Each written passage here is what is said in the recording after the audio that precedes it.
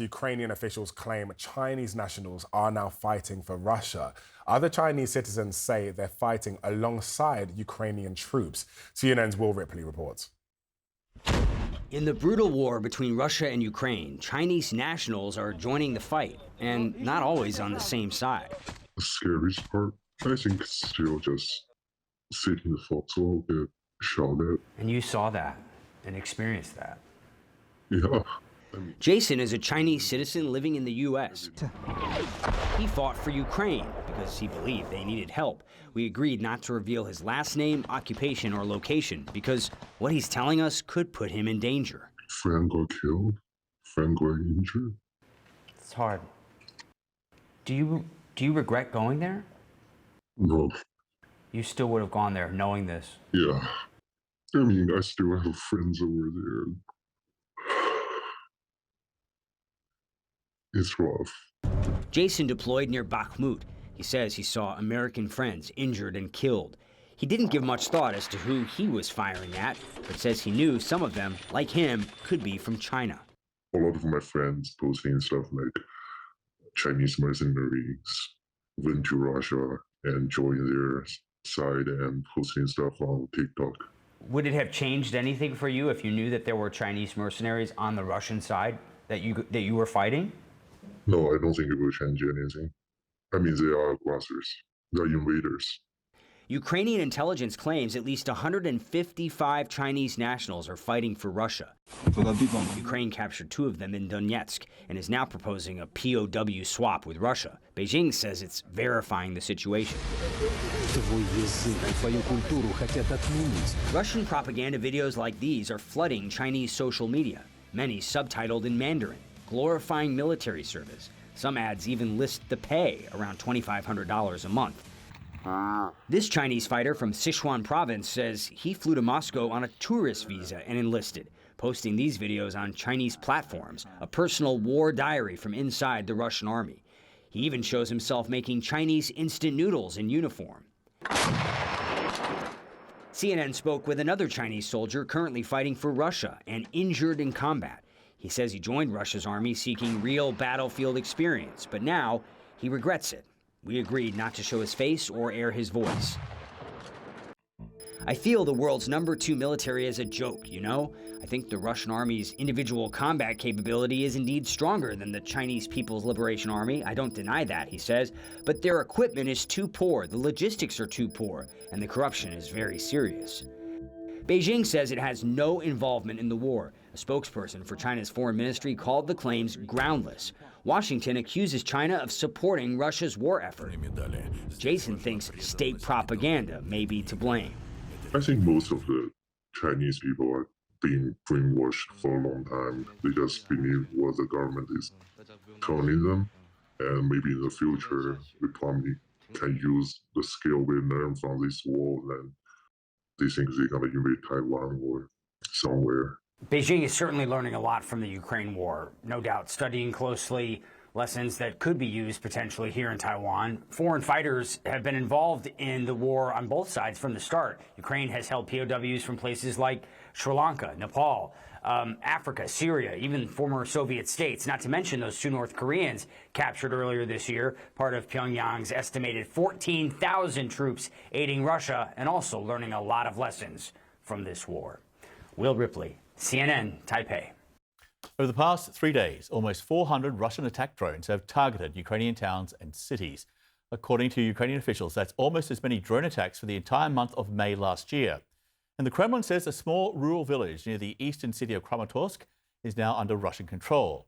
All of this part of a ramped-up Russian offensive just days before Moscow's unilateral 72-hour-long pause in fighting goes into effect. The US and Ukraine have signed a modified economic agreement which will give American investors preferential access to Ukrainian rare earth minerals. And in return, Ukraine will get a long-term economic partnership with the United States. Ukrainian resources will remain under Ukrainian ownership and control. Mining costs will be shared 50-50, with future US military aid counted as financial contributions. Revenue will be split 50-50 as well. This agreement is also expected to help fund Ukraine's post-war reconstruction. All of it, though, was put on hold back in February. That's after a blow-up in the Oval Office during a visit from the Ukrainian president. he was publicly berated by President Trump and other senior White House officials. But now there's a notably different tone coming from the Trump administration. Here's the Treasury Secretary speaking Wednesday. Today's agreement signals clearly to Russian leadership that the Trump administration is committed to a peace process centered on a free, sovereign, and prosperous Ukraine over the long term. Gracelyn Bhaskaran is a mining economist specializing in critical minerals and trade with the Center for Strategic and International Studies. Welcome back. Thank you for having me. Okay, so this deal will give the US preferential access, rather, not just to Ukraine's rare earth minerals, but also oil and gas. It establishes the United States-Ukraine Reconstruction Investment Fund, each country going half on costs associated with extraction of rare earth minerals as well as oil and gas. Revenue will be split 50-50. And here's the US Treasury Secretary talking about the big picture. This partnership allows the United States to invest alongside Ukraine to unlock Ukraine's growth assets, mobilize American talent, capital, and governance standards that will improve Ukraine's investment climate and accelerate Ukraine's economic recovery. So taking all of this into consideration and thinking in terms of art of the deal, does this agreement benefit one side more than the other? How do you see this deal? Ukraine has a pretty good deal here. There's a couple of reasons for that. So first of all, this fund is jointly owned and managed by the United States and Ukraine. Second, we see that Ukraine still retains full control of soil, natural resources. Three, neither side is paying tax on it. And importantly, both the U.S. is going to put money in this fund and Ukraine is going to put money in this fund. And it can fund future development in Ukraine, which is really important given the amount of infrastructure that has to be rebuilt. Now, the U.S., on the other hand, I mean, this deal does not include current producing oil, gas, or mineral projects. So it's only in the future. And developing a project on average globally takes 18 years. So it's a long runway before Ukraine has to put 50% of those mineral revenues. But until then, they really will become a preferential destination for investment. Okay. Oh, well, here's a reminder of what is at the center of this agreement. Listen to this. Rare earth elements are not actually rare. They've held on to that name since the late 1700s. They're used in all manner of electronics, technologies, and high-performance alloys.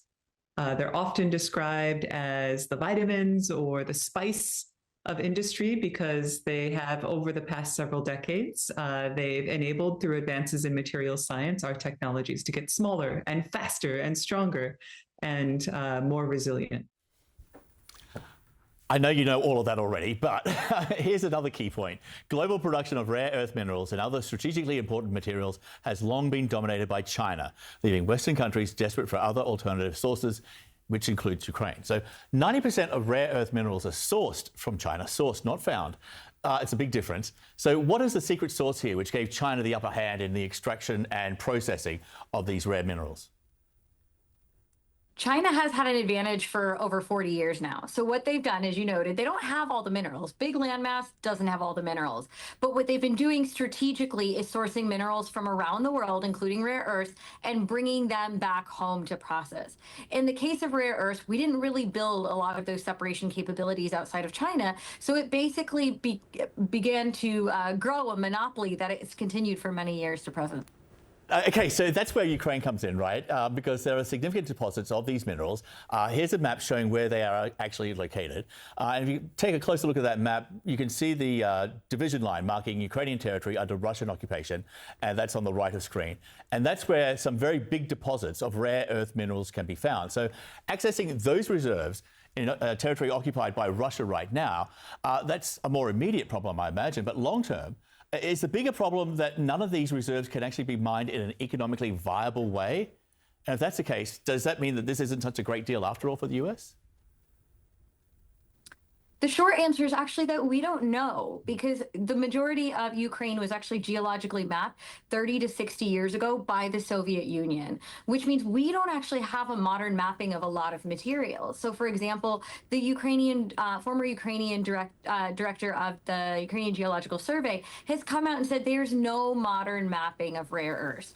So one of the first things we're going to need to undertake if we want to think about what successful mining looks like in the future, the first is we need a complete mapping of Ukraine to understand where the resources are, how deep they are, what are they found with, and if we can cost competitively extract them. Second thing, we have to rebuild a lot of infrastructure.